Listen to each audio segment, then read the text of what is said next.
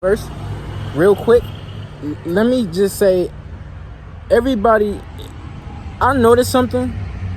Not everybody is in contact. I already know that most of the population don't understand how the brain works, right? And I was talking with somebody earlier, and they didn't understand the subconscious mind. So here, and I think a lot of people need to hear this. One way you can understand the subconscious mind is like this, right? Because the subconscious mind is how you get in contact with your higher self. Your subconscious mind is that voice in the back of your head when you're asking yourself questions and you randomly get the answer, right? So let's say you asking yourself something like, oh, should I go to this party tonight? Or should I go here or eat? When you asking yourself anything, and then in the back of your mind you get that voice like no, or you can just any answer that come to you, that is your subconscious mind. Another way you can realize your subconscious mind is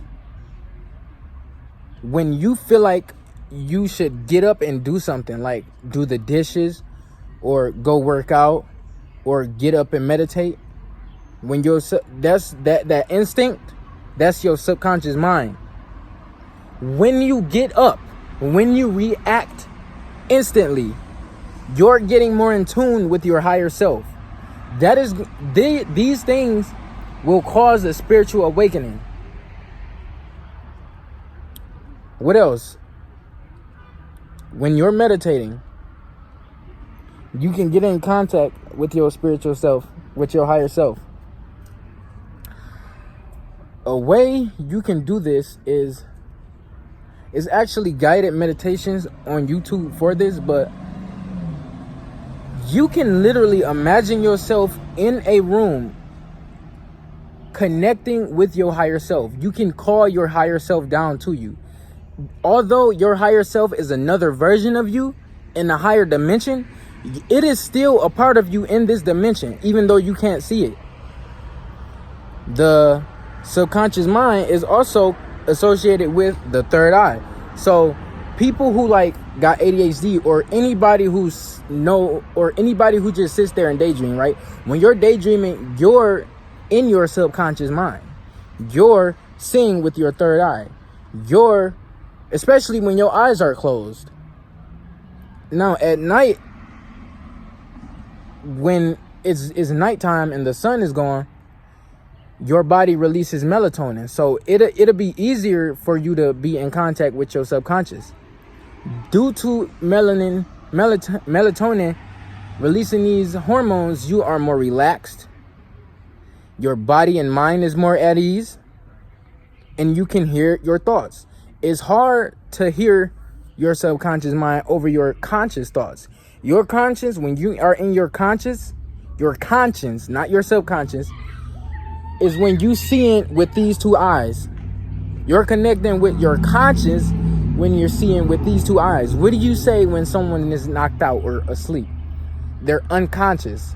They're not seeing with these two eyes. What do you call somebody who, metaphorically, what do you call somebody who sees everything for what it is?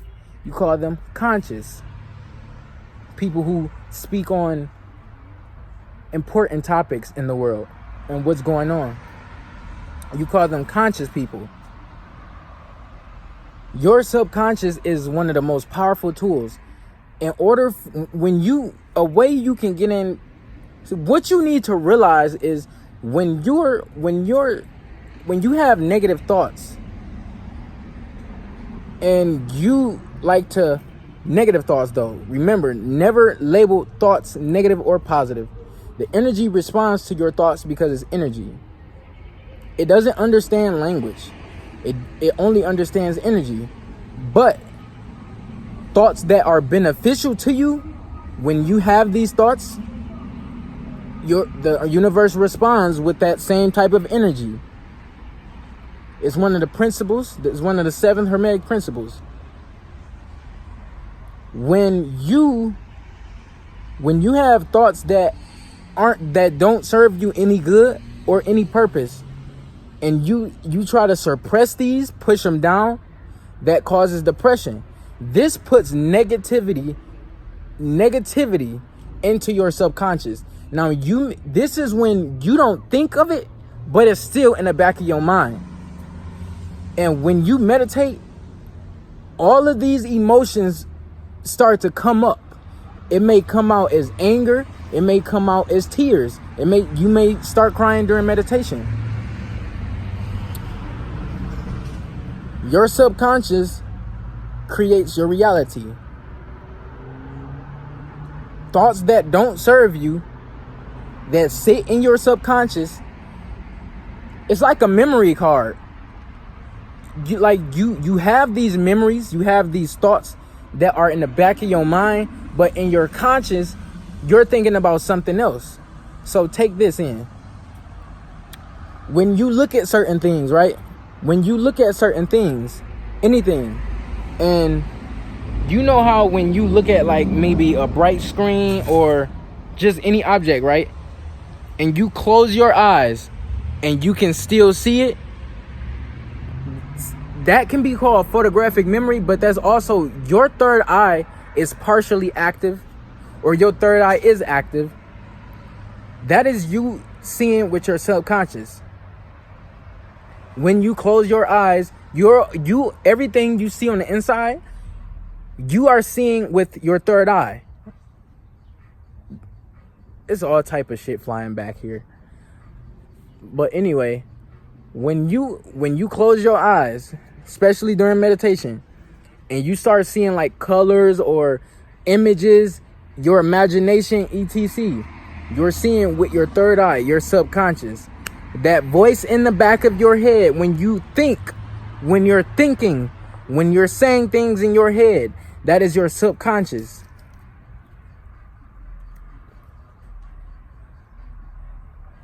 Your subconscious is you, the real you. Because remember, these two eyes are for you to see in this matrix, this three-dimensional illusion. Everything that's here that's ran by Sat. So, and for people who don't know what Sat is Saturn, Satan, Set, the one who rules the third dimension here on this plane of existence. But connecting with your subconscious can get you into higher dimensions, because that's also how you get in contact with your higher self. Your higher self is a higher dimensional being.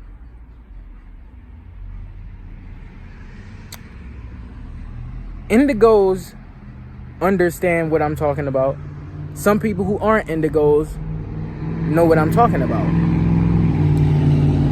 These tactics are taught by some people who aren't spiritual, but they put it in a light where it's like somewhat dumbed down. So here's something I will give to you. Meditate. Look up meditations that get you in contact with your higher self. It may be hard to shut off your thoughts from your conscious, but what'll help you is listening to the guided person, the person that's guiding you throughout the meditation. If they have music playing, pay attention to the music as well. The music helps you mentally and with your body. One thing I will say is, not everybody is going to be able to do this and shut off their thoughts. That's why you have to keep practicing. Everything does not happen overnight. It's not something you just master right away. I can't even snap with my left hand right away. But yeah, the subconscious mind, man, it creates your reality. Everything you've experienced in your life comes from your subconscious mind. That's why people say your thoughts create your reality. So if you feel like you're going to have a bad day, or you feel like you're having a bad day, your subconscious mind is going to bring that to you, that energy. Remember that. You don't want to be walking around depressed all day. You don't want to be walking around sad and not knowing why. You don't want to be walking around anxious with anxiety disorder. You don't want that. I know it's not fun, period.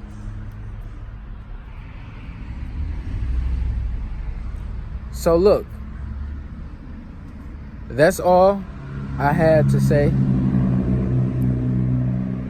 Anybody got any questions or need help with meditation, getting in tune with your higher self, any type of advice, you can always message me on any of my social media. I'm up for communication. I help people every day. It's always somebody out there that needs help. Mental health is a big thing. Mental illness is a big thing. It's one of the most mental ailment is what most people got in this world, right? Anxiety and depression is the most contracted disease. It's not really a disease, but mainstream science calls it a disease. It's just a dis-ease. It's not a sickness. It's just a dis-ease in the body, dis-ease in the mind. You may have low cortisol. I mean, not cortisol, but melatonin and serotonin. Low happy hormone and low sleep hormone. You already know that when you don't sleep enough, you become stressed. You already know if you're not happy, you're stressed. You're depressed. Depression leads to stress.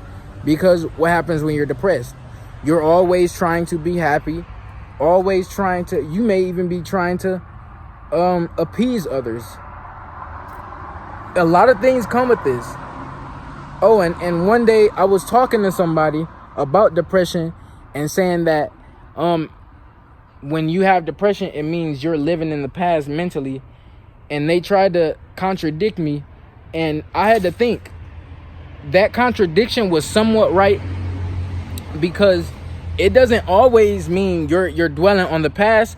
It can mean you're dwelling on something that you brought up in your mind based off of something in the past. It means you're dwelling on something, a thought you could have thought up out of nowhere that's causing you depression. Listen, when you don't treat yourself well, you are inducing in depression. You have to learn to love yourself. And when you do a meditation that gets you in tune with your higher self, it's like you're meeting another person that you have known your whole life. And it's a blissful, unconditional, loving feeling. Is very intense. You may even start crying tears of joy, because that's what your chakras do to you. Your third eye, when